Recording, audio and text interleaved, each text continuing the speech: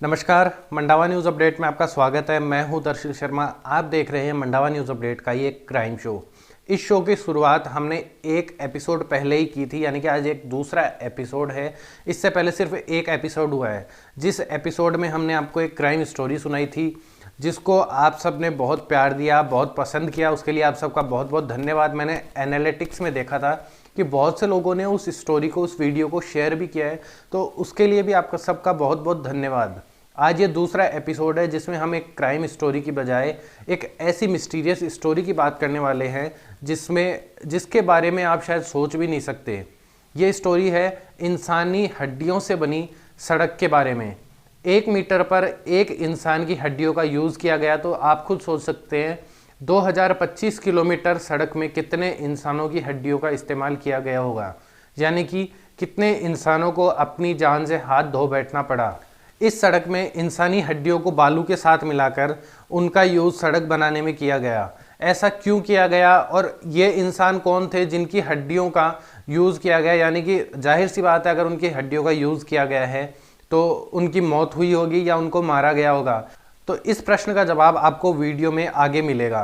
तो चलिए फिर करते हैं इस कहानी की शुरुआत। कहानी की शुरुआत से पहले मैं आपको बता दूं कि 2008 और 2020 में भी रूस में सड़क में ये हड्डियां मिली थी, यानी कि ये कहानी है रूस की।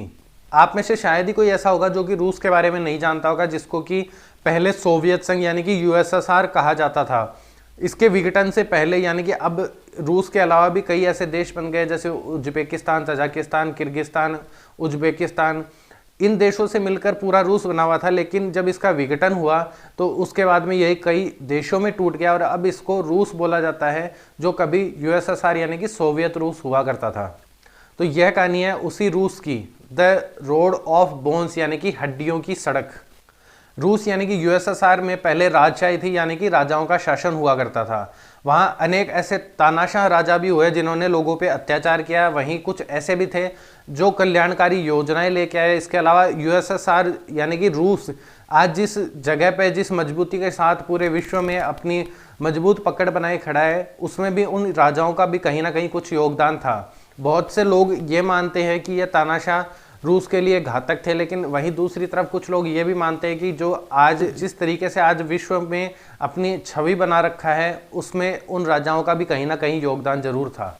रूस के अंतिम शासक हुए जार। जार के पहले बहुत से शासक हुए, तानाशाह हुए, लेकिन अंतिम शासक जार थे। उनकी इस राजशाही का अंत कैसे हुआ? दरअसल जार के शासन के समय लोगों ने जार की राजशाही, उसकी तानाशाही के खिलाफ बहुत से आंदोलन किए, जिनमें अगुवाई लेनिन के द्वारा भी की गई थी। उसके कुछ समय बाद जोसेफ स्टालिन नाम का एक शख्स भी इस आंदोलन से जुड़ गया, जो कि जार के खिलाफ जगह जगह पूरे रूस में चलाए जा रहे थे। लोग उसकी तानाशाही से नाखुश थे। लोगों को बहुत सी समस्याओं का सामना करना पड़ता था, जिसकी वजह से इस आंदोलन का जन्म हुआ। 1917 में रूस को राजशाही से आज़ादी मिली, यानी कि जार का शासन खत्म हुआ। ये जो आंदोलन चल रहे थे, चाहे वो लेनिन के अगुवाई में हो या स्टालिन के अगुवाई में, यानी कि ये आगे जाके दोनों मिल गए थे, दोनों एक साथ काम कर रहे थे, जार का शासन खत्म करना चाह रहे थे। एक तरह से स्टालिन लेनिन के पीछे थे, यानी कि वो लेनिन को ही अपना नेता मानते थे या अपना एक तरह से बोल सकते हैं सीनियर मानते थे। उसके अगुवाई में ही वो भी विरोध प्रदर्शन कर रहे थे। और जब 1917 में रूस में राजशाही का अंत हुआ तो उसके बाद लेनिन ने गद्दी संभाली। लेनिन की गद्दी संभालने के बाद उन्होंने बहुत से परिवर्तन किए, बहुत सी नीतियों में परिवर्तन किया गया। वो सोचते थे उसके अनुसार उन्होंने अपना राजकाज चलाना प्रारंभ किया। लेकिन 1924 में लेनिन की भी मौत हो जाती है। लेनिन की मौत के बाद स्टालिन अपने आप को उत्तराधिकारी के तौर पर पेश करते हैं और गद्दी पर बैठना चाहते हैं। बहुत से लोगों ने उनका विरोध भी किया, लेकिन बहुत से ऐसे भी थे जो उनको गद्दी पर बिठाना चाहते थे, उनके समर्थक थे। 1924 में लेनिन की मौत के बाद जब स्टालिन ने गद्दी संभाली तो कुछ ऐसी नीतियां बनाई, ऐसे परिवर्तन किए, नियम बनाए जो कहीं ना कहीं लोगों के फेवर में भी थे। तो कुछ ऐसे भी थे जिसमें छोटी सी गलती होने पर भी लोगों को बंदी बना लिया जाता था या उनको राजद्रोह के केस में बंदी बनाकर जेलों में डाल दिया जाता था। और बहुत से लोग ऐसे थे जो कभी उन जेलों से आज़ाद ही नहीं हो पाए। और ऐसी ऐसी जगह वो जेलें थी क्योंकि वहाँ पे आप सब जानते हैं ठंड का माहौल रहता है, ठंडा एरिया है। उत्तरी ध्रुव की तरफ स्थित है, तो वहाँ पे बर्फबारी रहती है। और ये जो जेल थी जहाँ पे इनको रखा जाता था, वो भी ऐसी जगह पे थी जहाँ से अगर कोई छूट के भाग के बाहर आना भी चाहे तो वो या तो ठंड के कारण मर जाता था, या फिर वहाँ पे भालू है जो कि ठंड में घूमते हैं, ठंडे इलाकों में रहते हैं, वो उनको खा जाते थे। स्टालिन ने इन बंदियों को रखने के लिए पूरे रूस में अलग अलग जगह बहुत सारे सैकड़ों कैंप बना रखे थे, जिसमें हजारों लाखों कैदी जो थे वो बंदी बनाकर रखे जाते थे। इस कहानी की शुरुआत होती है 1932 यानी कि 1932 से। ऐसा ही एक कैंप जिसमें बंदियों को रखा जाता था साइबेरिया के आसपास के इलाकों में था, जहाँ पे बहुत ज़्यादा ठंड होती है। आप ठंड का अंदाज़ा इससे लगा सकते हैं कि वहाँ पे सर्दियों में नॉर्मल तापमान -50 डिग्री सेल्सियस से -65 डिग्री सेल्सियस तक रहता है। उसी साइबेरिया के आसपास कोलाइमा नामक एक इलाका था, जहाँ पर उस समय आने जाने के लिए सड़क का मार्ग नहीं था। अगर आपको वहाँ पे जाना है तो या तो प्लेन से या फिर समुद्र के रास्ते ही जा सकते थे, उसके अलावा सड़क नहीं थी, क्योंकि वहाँ पे बर्फीला इलाका है। वहाँ अगर सड़क बनाई जाती तो सर्दियों में सड़क बर्फ़ के कारण पूरी तरह से ढक जाती थी, और जब गर्मी आती थी तो वही पानी पिघल जाता था, जिसके कारण सड़क को साथ में बहा के ले जाता। इसलिए वहाँ सड़क के मार्ग से जाना थोड़ा मुश्किल था, क्योंकि रास्ते कठिन थे। वहाँ जहाँ से सड़क बनाई जाती थी वहाँ गहरे गहरे गड्ढे हो जाते थे, दलदल हो जाता था, जिसके कारण गाड़ियाँ वहाँ फंसती थी। इसलिए लोग प्लेन्स के रास्ते या फिर समुद्र के रास्ते जाना ही ज़्यादा पसंद करते थे, और उनके लिए वो एक आसान रास्ता था। जब स्टालिन ने गद्दी संभाली तो उसके बाद उसने कोलाइमा तक सड़क बनाने का फैसला किया। उसने बहुत बार सड़क बनवाई भी, लेकिन जब बर्फ़ गर्मियों में पिघलती थी और पानी का रूप लेती थी तो उसी पानी के साथ वो सड़क भी बह जाती थी और गहरे गड्ढे और दलदल बन जाता था, जिसके कारण ना तो सर्दियों में आवाजाही हो सकती थी, ना ही गर्मियों में आवाजाही हो सकती थी। उसके बाद 1932 में एक बार फिर से सड़क बनाने का काम शुरू हुआ। तब कुछ इंजीनियर्स ने यह सुझाव दिया कि अगर इंसानी हड्डियों के साथ बालू को मिलाकर इस सड़क को बनाया जाए तो ये ज़्यादा मजबूत होगी, और गाड़ियों की जो ग्रिप है, टायर की जो ग्रिप है सड़क के साथ, वो भी ज़्यादा अच्छी होगी, जिससे लंबे समय तक यह सड़क टिक सकती है। इसके बाद इंसानी हड्डियों से यह सड़क बनाने का विचार किया गया, क्योंकि जो कैदियों को रखा जाता था जिन कैंप में, कैद खानों में, वहाँ पे बहुत से लोगों की ठंड के कारण या भूख के कारण मौत हो जाती थी। उनसे एक तरह से अत्याचार किया जाता था, जिसके कारण बहुत से कैदी ऐसे थे जिनकी मौत हो जाती थी। पहले उन कैदियों की हड्डियों का यूज़ किया गया। उन हड्डियों को बालू के साथ मिलाकर हड्डियों का चूरा बनाकर सड़क बनाई जाती थी। 1 मीटर पर लगभग एक इंसानी शरीर की हड्डियों का यूज़ किया जाता था।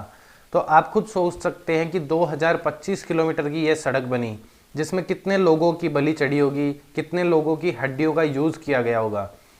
एक आंकड़ों के मुताबिक यह 1 मिलियन से 2 मिलियन लोगों के बारे में बताता है जिनकी हड्डियों का यूज़ किया गया, यानी कि 10 लाख से 20 लाख के करीब लोग थे जिनका इस सड़क को बनाने में यूज़ किया गया। बाद में धीरे धीरे जब सड़क बनने लगी तो मरे हुए लोगों की कमी हो गई।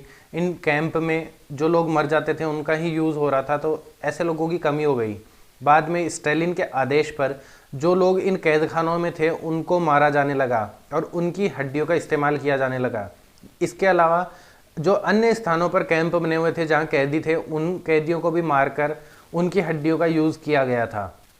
आप खुद सोच सकते हैं कि -50 डिग्री से -65 डिग्री तापमान में सड़क को बनाया जाना और इस तरीके से बालू के साथ हड्डियों को मिलाकर बनाया जाना कितना मुश्किल काम रहा होगा।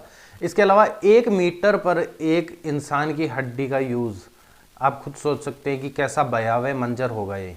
इस हाईवे के निर्माण का कार्य 1932 में शुरू हुआ था, जो 1953 तक चला।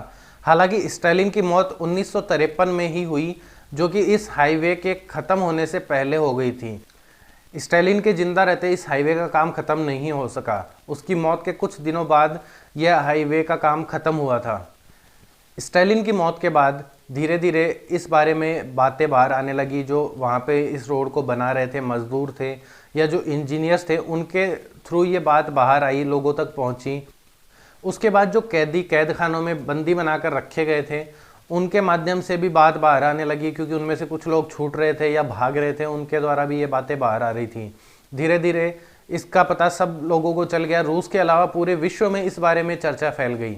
अभी रिसेंटली 2008 और 2020 में रूस में इस तरह से सड़क के नीचे से हड्डियां मिली है। बहुत सी हड्डियां ऐसी भी है जो कि पूरी की पूरी यानी कि उनका बुरादा नहीं बनाया गया, उनको तोड़ा नहीं गया था, पूरी की पूरी हड्डियां वहाँ पे मिली है। 2020 में जब फिर से ऐसी ही हड्डियां मिली तो ये बात साफ हो गई कि इस सड़क का निर्माण इंसानी हड्डियों से ही किया गया है। आज भी बहुत से लोग सैलानी हैं जो वहाँ पे इस रोड ऑफ बोन को देखने के लिए जाते हैं। हालांकि वो बहुत ज़्यादा ठंड का इलाका है, बहुत ज़्यादा बर्फ़बारी होती है। आप खुद सोच सकते हैं -50 से -65 डिग्री सेल्सियस तक अगर तापमान होगा तो किस तरह से बर्फ़बारी होगी। आप कुछ इमेजेस भी इस वीडियो में देख रहे होंगे वहाँ की, तो आप खुद समझ सकते हैं कि किस तरह से वहाँ पे ठंड पड़ रही है। हालांकि सैलानी फिर भी वहाँ घूमने जाते हैं, रोड ऑफ बोन को देखने जाते हैं। आप खुद सोच सकते हैं जहाँ आप खड़े हैं या जहाँ चल रहे हैं, जिस सड़क पर चल रहे हैं, वो अगर इंसानी हड्डियों से बनाई गई हो तो क्या ये भयावह स्थिति नहीं होगी कि आपको डर नहीं लगेगा? ऐसी स्थिति वहाँ के लोगों के साथ भी बनी। लोग उस रास्ते से जाने से भी कतराने लगे। इसके अलावा गाड़ी के अलावा अगर आप पैदल चलेंगे तो यह स्थिति और भी भयावह हो सकती है, बहुत ज़्यादा डर लग सकता है। तो ये थी आज की कहानी द रोड ऑफ बोन्स की। ये कहानी आपको कैसी लगी कमेंट करके ज़रूर बताना, और अगर अच्छी लगी हो तो लाइक और शेयर ज़रूर करना। मिलते हैं अगले वीडियो में एक नई कहानी के साथ। तब तक के लिए जय हिंद, जय भारत, नमस्कार।